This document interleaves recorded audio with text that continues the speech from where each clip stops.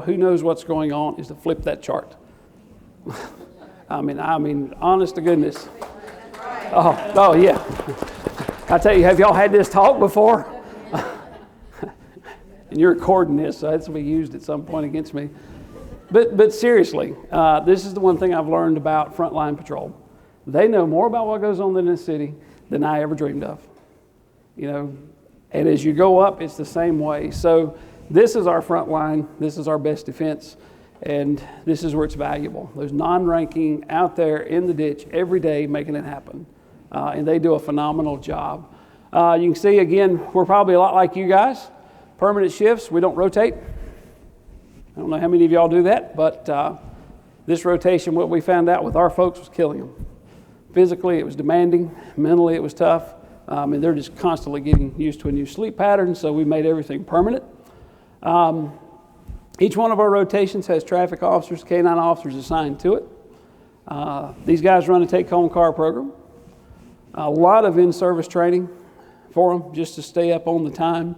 And we are technology-driven. We are geeks. I'll say that again. We are some geeks. Everybody lives with an iPhone in their hand. How many of you have the in-car technology? You have computers in the cars? Putting iPads in the cars? I mean, how many of your people will not go far from their iPhone?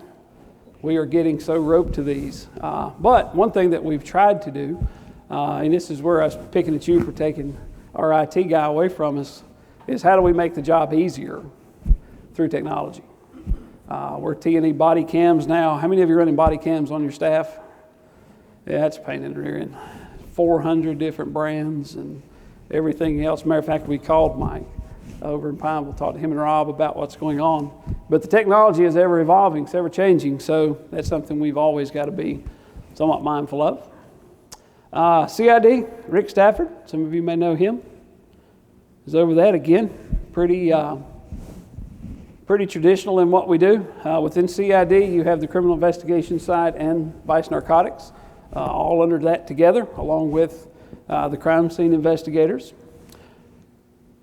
We have two CSI crime scene folks that do a lot of support. How many of you have CSI in your agency? Some of you got big ones. Yeah, you've got a team over here in Charlotte. Really cool job. I love it. I come from a crime lab, so I love that part of work. But what's the hardest thing been on CSI folks lately? 30 minutes, 60 minutes. 60 minutes, been killed. Absolutely. Yeah, you're going to solve my murder in 1 hour with commercials. And that's the end. Yeah, these TV shows are killing it because people actually believe that stuff. We sit back and nobody could really think that oh yeah, they do. And we hear about it. I probably get more phone calls about this than anything. Well, they didn't fingerprint my wall. They didn't dust my carpet. I'll send them back. You know what to do. Go get them. Yeah, if you want to own a Stanley steamer shop, do it in Shelby because we make some stuff. But great CSI group. They do a good job. Matter of fact, they do a lot of training here at this college campus. So proud of them. Narcotics. We have our narcotics group. They work everything from gambling to prostitution to drugs and work a lot with you guys, with the county. So we're kind of lucky with that. We have our own ABC guy that works with, I think ours is Mark Lasassier. I think Mark just came back to Cleveland County. But within our investigations, that's the two that makes it up. Obviously, they have take-home car, and they do a lot of in-service training. It just takes it to keep up with the trends that are going, especially financial crimes. That is changing so much. So these guys are constantly out of town, roaming, doing something. Professional standards. This is Stephanie's division. Captain Brad Frazier, who was just promoted, 2 weeks ago? Promoted 2 weeks ago, and he's having his first child tomorrow.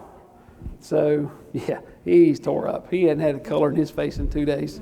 But we're so excited for him. So they're going out tomorrow. Here's what this group does. Professional, they do the business side of the house. Everything, you can see training. They do all of our recruiting. Our internal affairs folks are here. Our accreditation is run out of this. We try not to push accreditation to where it touches too many people. We want a single point of contact, and that has worked out really well. Evidence control, budgeting, purchasing, anything human resource is done out of this shop here. It's one of our smaller units within the department, but it's one of our most overloaded because of what they do. We talked a little about the property and evidence. Stephanie and I had sat down and talked about this, and all of you are probably this same way. But we brought it out since this is your group. This is what we talked about Stephanie and what she does within our organization. Obviously, she's certified. She handles around 20,000 items of evidence a year. Our guys will see some stuff. If you sit it down in a restaurant, they will take it. They literally, we will take some stuff in. But she does an amazing job of this. How many of you are strictly evidence tech, or specialists, I'm sorry? And do you know what this overload can be? Remember I told you about the org chart? And this is no lie, and then I'll openly tell you this in front of Stephanie. Until she gave me that 20,000 number this morning, I would have said that was less. I would have probably said 8 to 10. That's just how far out of contact I can get.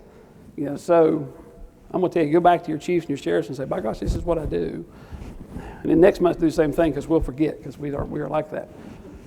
But she does a phenomenal job of not only managing what's in, but getting it going when it needs to go.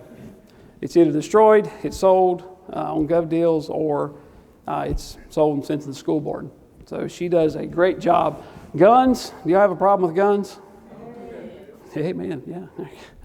See, we're not the only one. She takes in a lot of guns, between 3,000 and 5,000 firearms a year.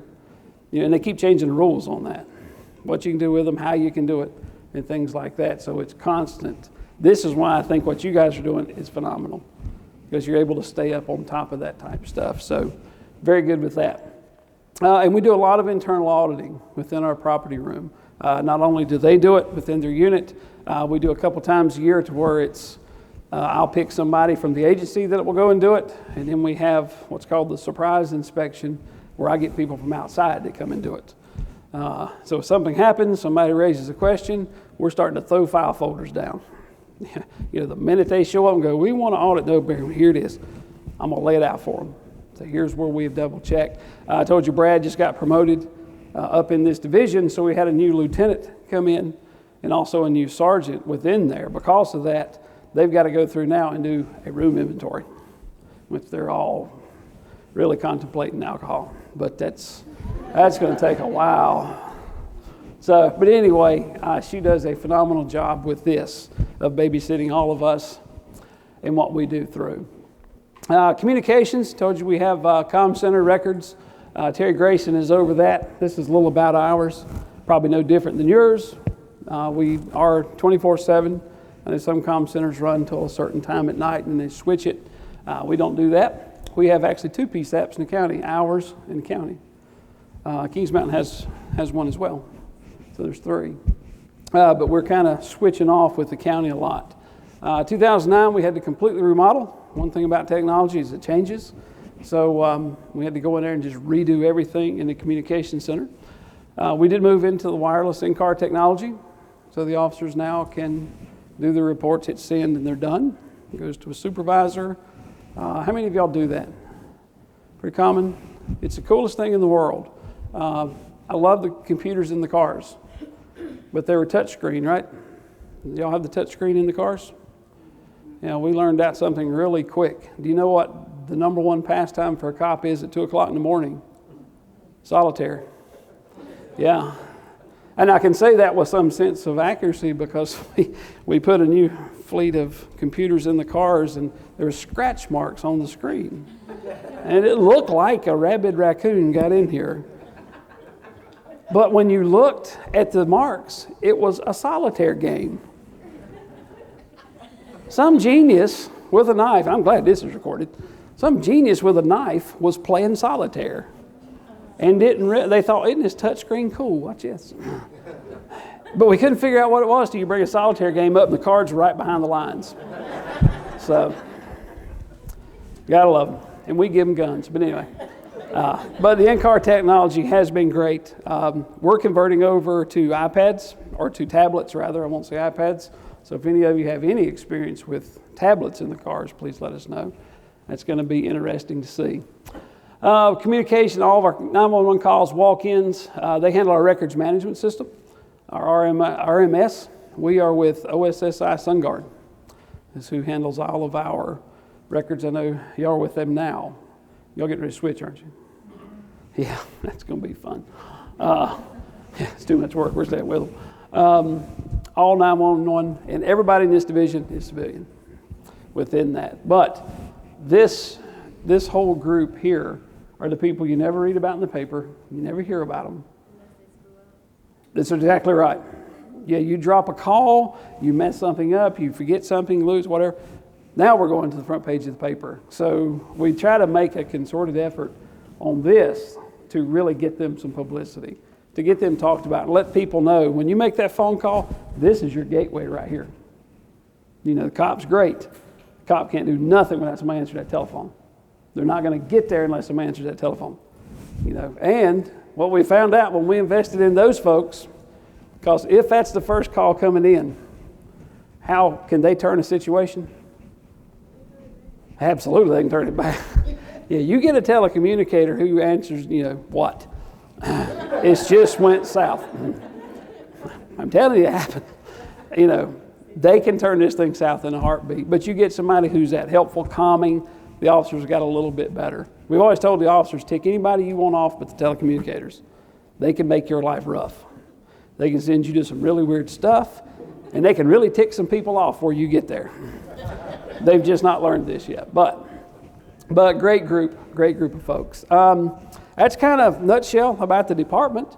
We do have a SWAT team here. You can see we love to taunt this one. We pick at this one. This is our SWAT team attacking a fireman.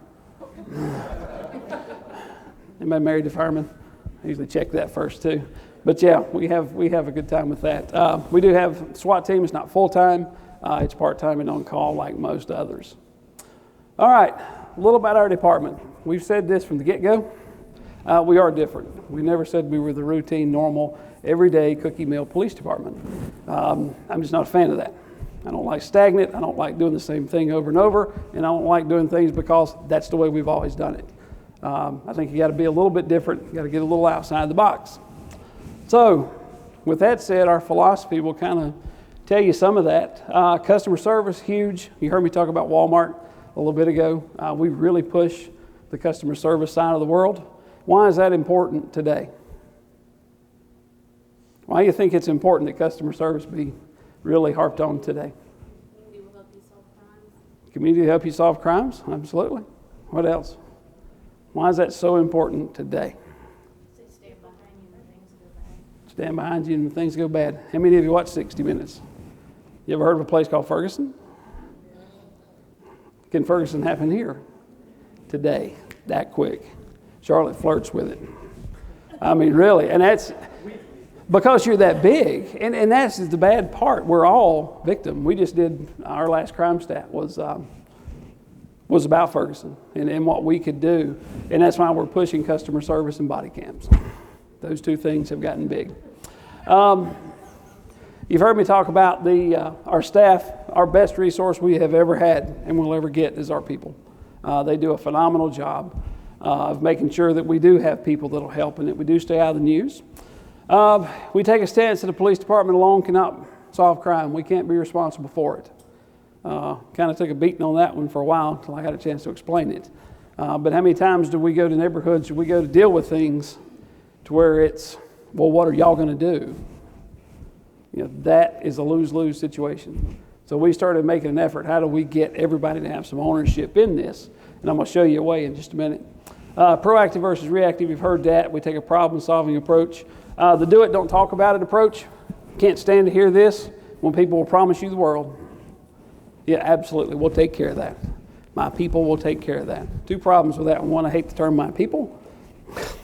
And two, you know, you're putting yourself out there. We've always said, we're not going to tell you what we're going to do. We're going to go do it, and then we're going to talk about it. You know, that way, there's nobody can stand us up. So far, it's worked out pretty well. We try to look at ourselves as a resource. Prevention, intervention, and then the community partnerships are huge that we've tried to build within our section. And I will tell you, 10 years ago, we weren't that well received. We had some issues. And I think some of that was the profession. We kind of took a little side trail, but I think we've made some great strides to get that back. So, does all of this stuff work? I'm going to tell you how good these folks are, and I think y'all may have a hard time seeing this. Our UCR numbers, and y'all probably used to seeing this all day long. But here's what they've done. 18, 2000, that's where we normally stayed with UCR with Part 1 crimes. Around 1800, 2000, 1500, all of that good stuff. That was normal for us.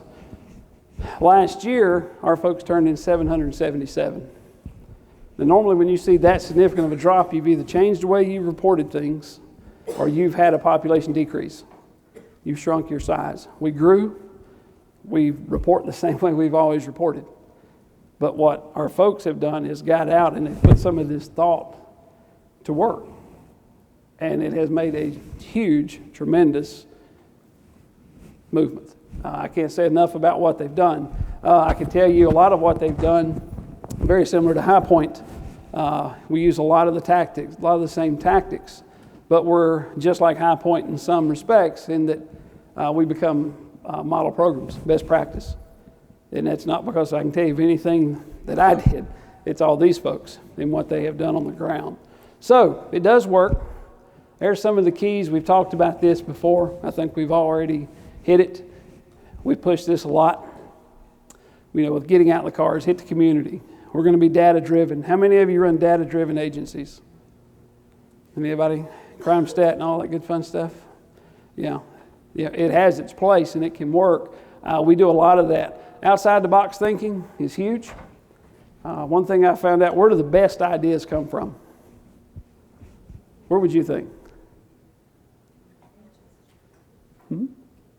The trenches, absolutely. If we want to know a way to affect crime on the street, go ask somebody who works the street. I can tell you, I don't know if any of you knew, but it was a